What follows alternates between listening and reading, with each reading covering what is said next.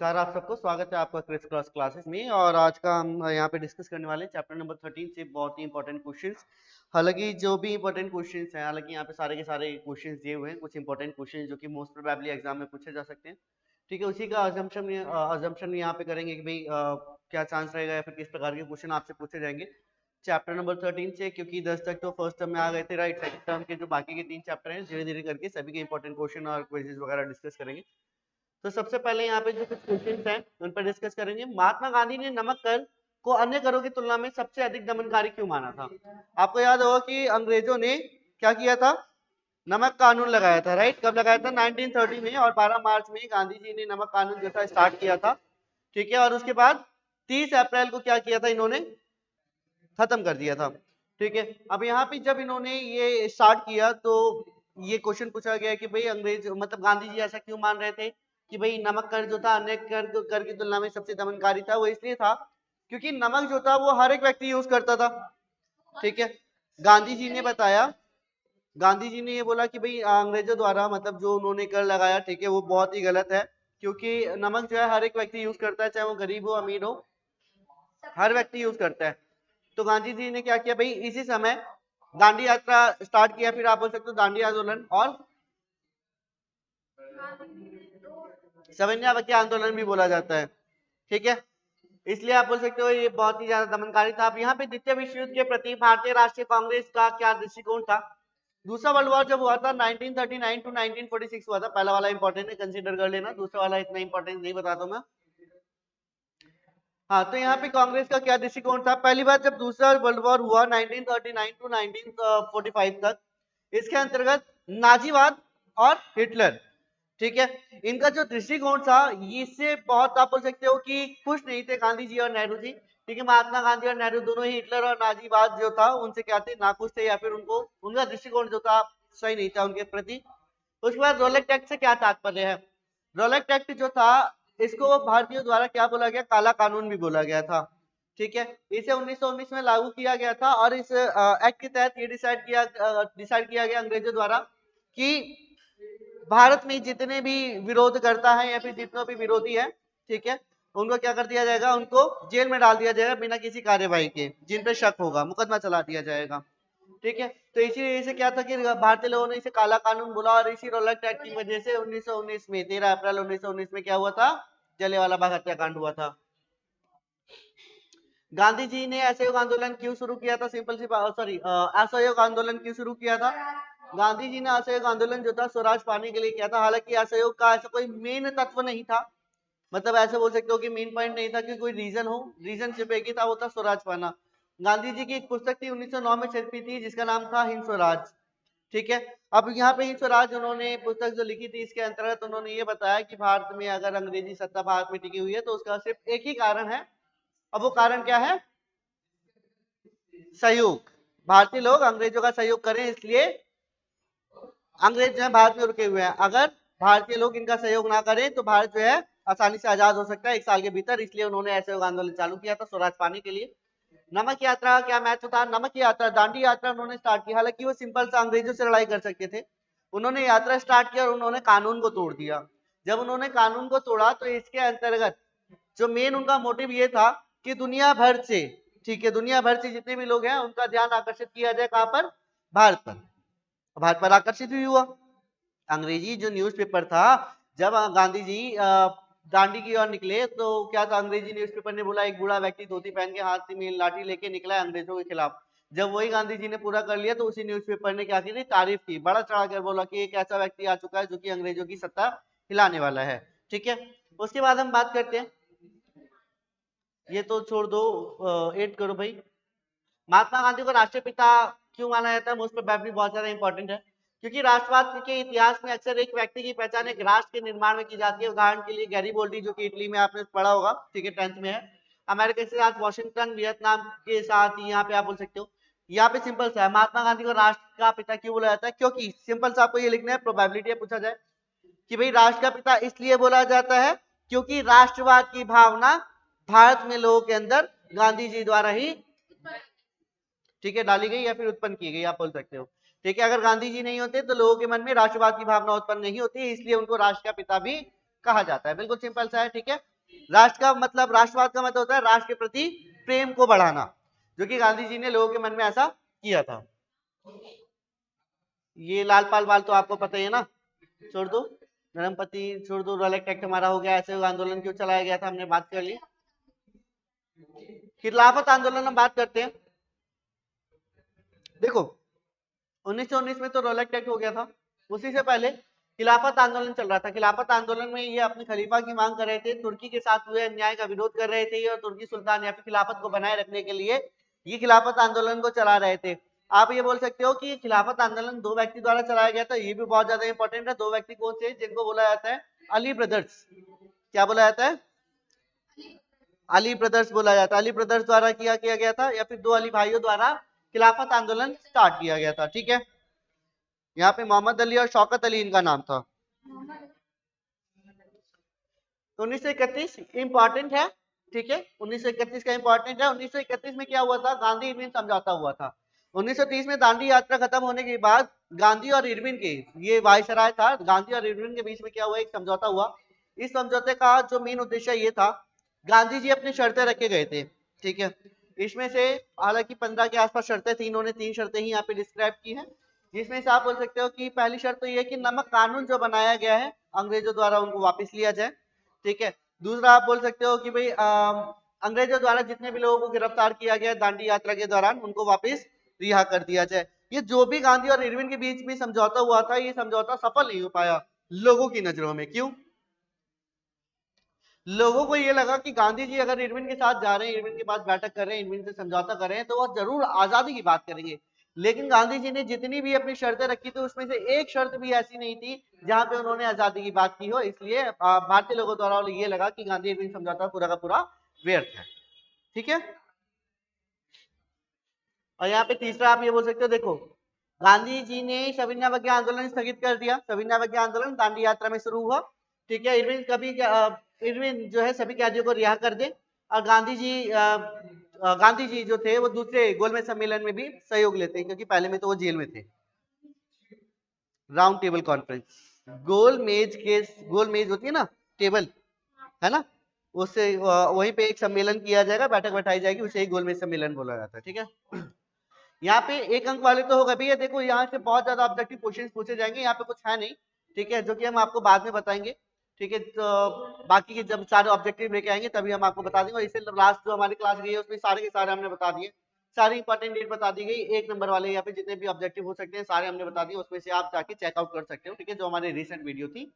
उसके बाद गांधी जी ने असहयोग आंदोलन क्यों शुरू किया और इसे वापस क्यों लिया गया, बहुत ज्यादा इंपॉर्टेंट है। असहयोग आंदोलन स्वराज पाने के लिए किया गया था, और जब असहयोग आंदोलन चलाया तो इसके 2 कारण थे। पहला जलियांवाला बाग हत्याकांड हुआ, और दूसरा कारण क्या था,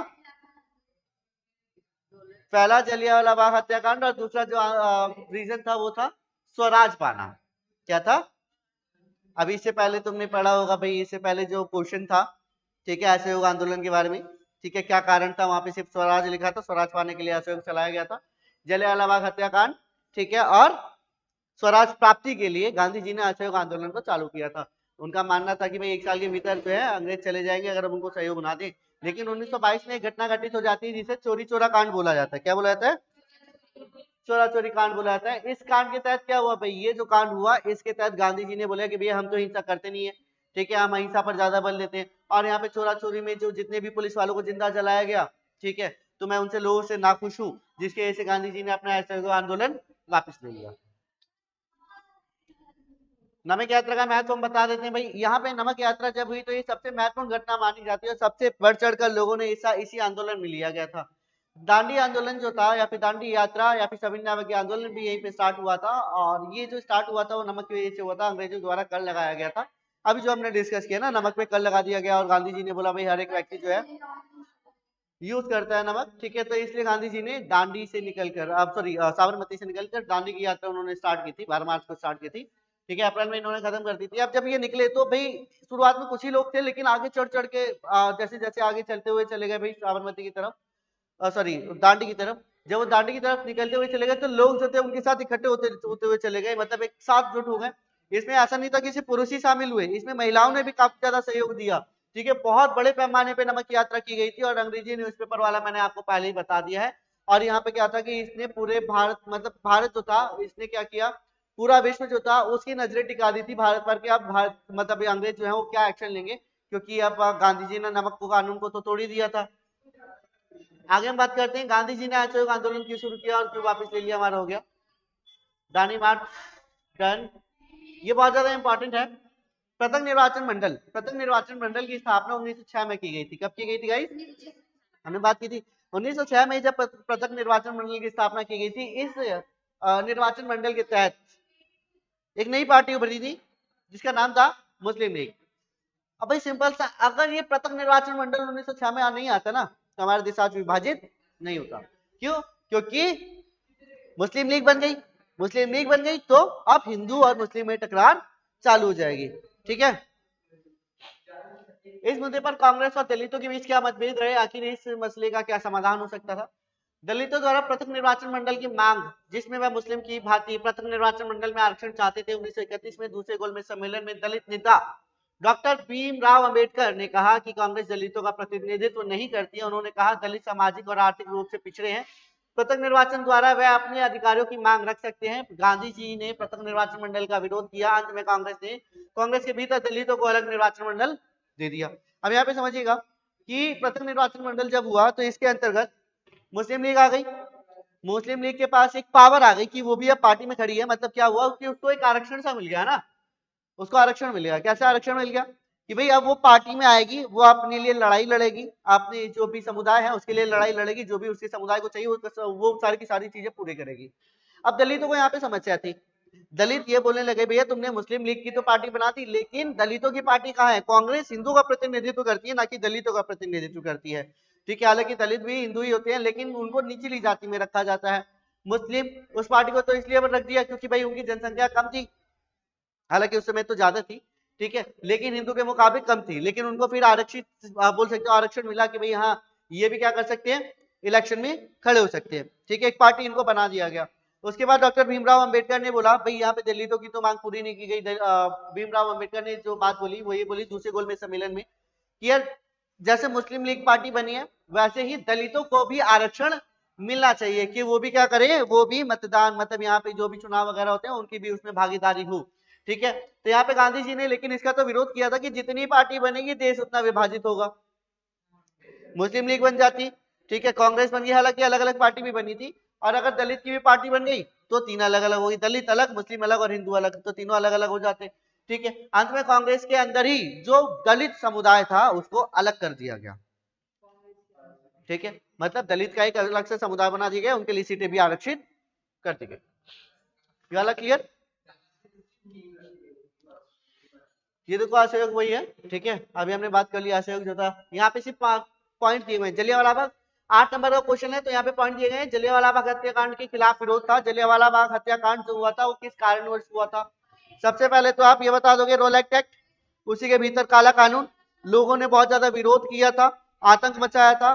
ठीक है, सारे के सारे जो ऑफिस थे या फिर ब्रिटिशर्स के खिलाफ उन्होंने क्या किया, आवाज वगैरह उठाई थी। ठीक है, आंदोलन वगैरह किए थे, तोड़ फोड़ करने लगे थे, तो यहाँ पे अंग्रेजों ने क्या किया, उठा के जेल में पटक दिया और लोगों ने इसको क्या बोला था, काला कानून तो बोला ही था। उसके बाद क्या हुआ था कि अब जब सिचुएशन काबू में नहीं आई तो इसके बाद क्या हुआ, सिचुएशन जब काबू में नहीं आई तो उन्होंने मार्शल लॉ लागू कर दिया। मार्शल लॉ के अंतर्गत एक व्यक्ति को हायर किया, मतलब एक व्यक्ति जो कि जनरल पद पर हायर पोस्ट पे था, जिसका नाम था general Dyer. General Dyer Jallianwala Bagh में पहले ही से तैनात था, उसे पता था बैसाखी का मेला है और लोग यहाँ पे इकट्ठे होने वाले हैं, है ना। जैसे लोग हुए गोलियां चल गई। अब गांधी जी को बहुत ज्यादा बुरा लगा कि भाई अंग्रेजों द्वारा ये नीति अपनाई गई। गांधी जी अब जो थे वो बहुत ज्यादा गुस्से में, उन्होंने बोला कि भाई अब हम क्या करेंगे, हम अपना आंदोलन चलाएंगे, जिसको उन्होंने नाम दिया असहयोग आंदोलन। असहयोग आंदोलन के साथ आप यहाँ पे बता दोगे उन्होंने मांग की स्वराज की, और ये पुस्तक उनकी बता दोगे 1909 में, जो कि हिंद स्वराज उनकी पुस्तक थी, है ना। 1909 में जो कि पब्लिश हुई थी, उसका महत्वपूर्ण कारण क्या था, 1 साल के भीतर अंग्रेज यहाँ से चले जाएंगे अगर भारतीय लोग सहयोग ना दें, इसलिए इसको असहयोग बोला गया। खिलाफत आंदोलन का समर्थन करने के लिए, खिलाफत आंदोलन जो चल रहा था वो भी भारत में ही चल रहा था। खिलाफत आंदोलन और असहयोग आंदोलन दोनों क्या हो गए, मिक्स हो गए, है ना, ये दोनों एक साथ चलने लग गए। हिंदू और मुस्लिम जो थे वो क्या हो गए, एक हो गए, मिल गए, है ना। तो आंदोलन और भी ज्यादा अच्छा चलेगा, और रोलेक्ट एक्ट का वो क्या कर रहे थे, विरोध कर रहे थे। इसके तरीके क्या अपनाए गए, उपाधियों का समर्पण, आंदोलन अहिंसक होना चाहिए, ब्रिटिश सरकार से कोई सहयोग नहीं चाहिए उनको, कोर्ट और कार्यालय, कॉलेज, विदेशी कपड़े आदि का बहिष्कार, धरना व प्रदर्शन। अब यहाँ पे क्या क्या किया, जब असहयोग आंदोलन के बारे में बात की गई भाई, ठीक है, जितनी उपाधि है, मतलब जो भी वकील है, जो भी टीचर है, ठीक है, जो भी कार्यरत है ब्रिटिश सरकार के अंतर्गत, वो सारे अपने पद छोड़ दे। और लोगों ने ऐसा किया, बच्चों ने कॉलेज जाना छोड़ दिया, स्कूल जाना छोड़ दिया, अध्यापक ने पढ़ाना छोड़ दिया, वकील ने वकालत करनी छोड़ दी, और लोगों ने अंग्रेजों का सहयोग करना बंद कर दिया। लोगों ने प्रदर्शन किए, धरने दिए, बहुत सारी चीजें चली, जिसकी वजह से ऐसे आंदोलन बहुत बड़े पैमाने पर भी आगे चला। ठीक है, उसके बाद महात्मा गांधी ने किस प्रकार राष्ट्रीय आंदोलन की प्रकृति को बदल दिया। राष्ट्रीय आंदोलन, गांधी जी सबसे पहले पूरी अब जर्नी बता दो, 1915 से गांधी जी 1915 में भारत में आए, 16 में उन्होंने बीएचयू में भाषण दिया। जब भाषण दिया तो उन्होंने, उनकी जब बारी आई तो उन्होंने बोला कि मेरा भाषण देने का तो कोई मतलब ही नहीं बनता है, क्योंकि देश के मुख्य लोग तो है ही नहीं। देश के मुख्य लोग, उन्होंने गरीब लोगों को बताया, उन्होंने बोला कि भाई अमीर लोग जो है वो सिर्फ मुट्ठी बराबर है, ठीक है, क्या सिर्फ मुट्ठी बराबर है, और वहीं पे गरीबों की संख्या बहुत ज्यादा है, और गरीब लोग यहाँ पे नहीं है, तो मेरा भाषण देने का कोई फायदा नहीं है। ठीक है, उसके बाद यहाँ पे उन्होंने जो आंदोलन चलाए, सारे आंदोलन यहाँ पे बता दोगे, असहयोग आंदोलन, सविनय अवज्ञा आंदोलन, नमक मार्च, भारत छोड़ो, ये सारे आंदोलन आप बता दोगे। लोगों ने किस प्रकार यहाँ पे समर्थन किया, सबने समर्थन किया था, सब यहाँ पे एक्सप्लेन कर दोगे। गांधी जी का प्रेरक नेतृत्व, मतलब यहाँ पे गांधी जी की जो प्रेरणा थी लोगों के पास कैसे गई, या फिर लोगों के पास उनकी बात कैसे पहुंची, उनके विचारधारा, सत्याग्रह में जो जनता उसमें शामिल हुई, जो कि अभी हमने बात की। ठीक है, राजनीतिक तरीके, अहिंसा वगैरह बता दोगे। ये पूरा पूरा का पूरा इतिहास है, ये बहुत ज्यादा इंपॉर्टेंट है, एक बार बता भी देते हैं आपको ना, ये पूरा लिखा हुआ है। 1915 में गांधी जी दक्षिण अफ्रीका से भारत आए, बीएचयू में भाषण दिया। 1916 में उन्होंने भाषण दिया था बीएचयू में। 17 में चंपारण अभियान चलाया था, चंपारण में आंदोलन चलाया था सबसे पहले किसानों के लिए, है ना, उसको बता दोगे। 1918 में अहमदाबाद और खेड़ा में उन्होंने आंदोलन चलाया। 1919 में रॉलेट एक्ट, 1919 में जलियांवाला बाग हत्याकांड, 1920 और 21 में खिलाफत आंदोलन और असहयोग आंदोलन चले। 1922 में चोरा चोरी कांड हो गया। 1929 में लाहौर अधिवेशन हुआ, और साथ ही साथ 1928 भी बता दोगे, जहां पर क्या हुआ था, साइमन कमीशन था ना। 1930 नमक मार्च, 31 गांधी न्यून समझौता, और ये 31 और 31 में पहला और दूसरा गोलमेज सम्मेलन भी हुआ था। 1935 भारत सरकार अधिनियम, 42 भारत छोड़ो, 46 कैबिनेट मिशन, और 47 भारत आजाद, और 30 जनवरी 1948 को गांधी जी की मृत्यु, है ना। उसके बाद हम बात करते हैं गांधी जी ने राष्ट्रीय आंदोलन को जन आंदोलन में कैसे परिवर्तित किया। बहुत ज्यादा इंपॉर्टेंट है, क्या है, राष्ट्रीय आंदोलन को जनता का आंदोलन बनाया, वो कैसे, सादा जीवन शैली। अब देखो जनता का आंदोलन मतलब कैसे, गांधी जी तो अमीर थे, गांधी जी ने जनता का आंदोलन मतलब जनता को इसमें सम्मिलित करने के लिए उन्होंने साधारण वेशभूषा अपनाया। तुमने देखा होगा गांधी जी पेशे से तो वकील थे, जो कि व्हाइट शर्ट और काला कोट पहन के घूमते हैं, लेकिन गांधी जी सिर्फ हाथ में लाठी और धोती पहन के जाते थे, साधारण कपड़े उपयोग करते थे। ठीक है, वेस्टर्न कल्चर उन्होंने छोड़ा हुआ था, लोग उनसे काफी ज्यादा प्रभावित हुए कि हाँ ये अपनी ही धरती से जुड़े हुए हैं। ठीक है, संचार के लिए सिर्फ वो हिंदी का प्रयोग करते थे। किसी कोई भी आंदोलन उन्होंने चलाया, किसी से वार्तालाप की, तो उसके लिए सिर्फ उन्होंने हिंदी भाषा का ही उपयोग किया, ना कि अन्य भाषा का उन्होंने उपयोग किया था। ठीक है, तो यहाँ पे जो जन आंदोलन था, गांधी जी की भूमिका जो थी वो बहुत ज्यादा इंपॉर्टेंट थी। गांधी जी ने बहुत ही महत्वपूर्ण भूमिका निभाई थी, और किसी भी व्यक्ति को ऐसा नहीं बोला था कि अमीर लोग जो है वो इसमें शामिल होंगे, गरीब, हिंदू, मुस्लिम, सिख सभी को इसमें ऐड किया था उन्होंने। स्वदेशी अपनाया था, ठीक है, विदेशी का बहिष्कार किया था। ठीक है, और साथ ही साथ यहाँ पे चरखा उन्होंने क्या किया था, चरखा अपनाया था ना, कि अगर तुम्हारे को देश को आगे बढ़ाना है तो चरखे का उपयोग करो। किसका, है ना, कपड़े जो है आप वेस्टर्न कल्चर छोड़ दो, चरखा अपनाओ, उसका उपयोग करो। ठीक है, और खादी कपड़े पहनो। महिलाओं को आगे बढ़ाने का प्रयत्न किया, गरीब जो थे, दलित जो थे, उनको आगे बढ़ाने का प्रयत्न किया। हिंदू मुस्लिम एकता उन्होंने बनाई, अस्पृश्यता को उन्होंने हटाने का प्रयास किया। सारे आप बोल सकते हो। ठीक है, अच्छा, ये वाला गांधी जी जहां भी गए उनकी चमत्कारी शक्ति की अफवाह फैल गई कि गांधी जी जो है वो चमत्कारी है। हालांकि ऐसा तो कुछ था नहीं, गांधी जी ऐसे गुड़िया लेके ऐसे तो करते नहीं थे, पिन तो मारते नहीं थे, है ना। गांधी जी जो थे अपने बलबूते पे ही आगे बढ़े थे, है ना। हाँ, कहीं किसी को लगने लग जाए कि गांधी जी ने आटे की गुड़िया बनाई। तुम्हारे को बड़ा पता है।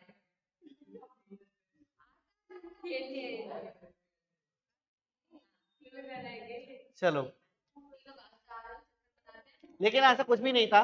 ठीक है, बस सिंपल सा था कि जो भी उन्होंने आंदोलन चलाया 1916 से लेके 20 तक जितने भी आंदोलन चलाए, मोस्ट ऑफ ऑल आंदोलन जो थे सफल हो गए। ठीक है, तो सफल होने की वजह से लोगों को लगा कि भाई वो भगवान है। चंपारण में आंदोलन चलाया, खेड़ा में चलाया, अहमदाबाद में चलाया, है ना, तीनों जगह आंदोलन चलाया। लोगों को लगा कि भाई अब ये हमारे लिए खुदा है, हमारे लिए देवता है, है ना, लोग इनकी पूजा करने लग गए। और गांधी जी तो ऐसा कुछ चाहते ही नहीं थे, गांधी जी अपना सादा जीवन जीते थे। भैया मेरे को तो गांधी जी बहुत बढ़िया लगते हैं। अब लोग बोलते हैं कि गांधी जी ने ये किया वो किया, भैया देखो हर किसी का नेचर होता है, किसी का पक्ष सही भी होता है, किसी का पक्ष गलत भी होता है।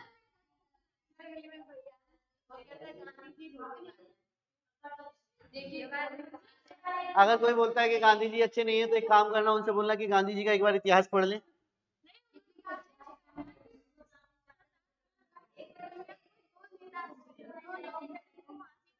अच्छा, तुम उनकी बात करो, क्या नाम है उनका, भगत सिंह, है ना, सुखदेव।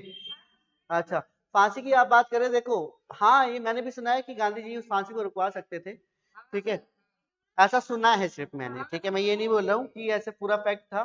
ठीक है, पहली बात देखो, अगर उन पे देशद्रोह का मुकदमा चला है, सरकार भारत की नहीं है, सरकार है ब्रिटिशर्स की। ठीक है, गांधी जी बस उनके लिए बोल सकते थे, ठीक है, उनके समर्थन में बोल सकते थे। सारा निर्णय तो ब्रिटिशर्स के पास था ना, ब्रिटिश के पास था, ब्रिटिश के ऊपर डिपेंड करना था कि वो फांसी दें या फिर ना दें।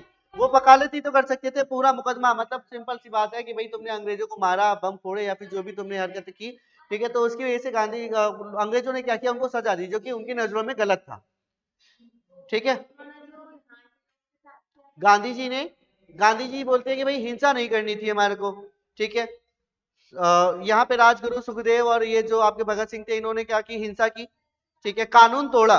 और जब कानून तोड़ा तो भाई अगर कोई कानून तोड़ रहा है और आप उनके पक्ष में जाओगे वो तो गलत है। ठीक है, मैं ये नहीं बोल रहा हूँ कि भगत सिंह और जो सुखदेव और जो ये थे इनको फांसी दी गई, बहुत गलत था। देखो सिंपल सी बात है, वो देश के लिए लड़ रहे थे। ठीक है, और आप बोल सकते हो कि भाई ऐसे व्यक्ति थे जो कि देश को आजाद भी कराना चाहते थे, लेकिन अंग्रेजों की नजर में वो गलत थे।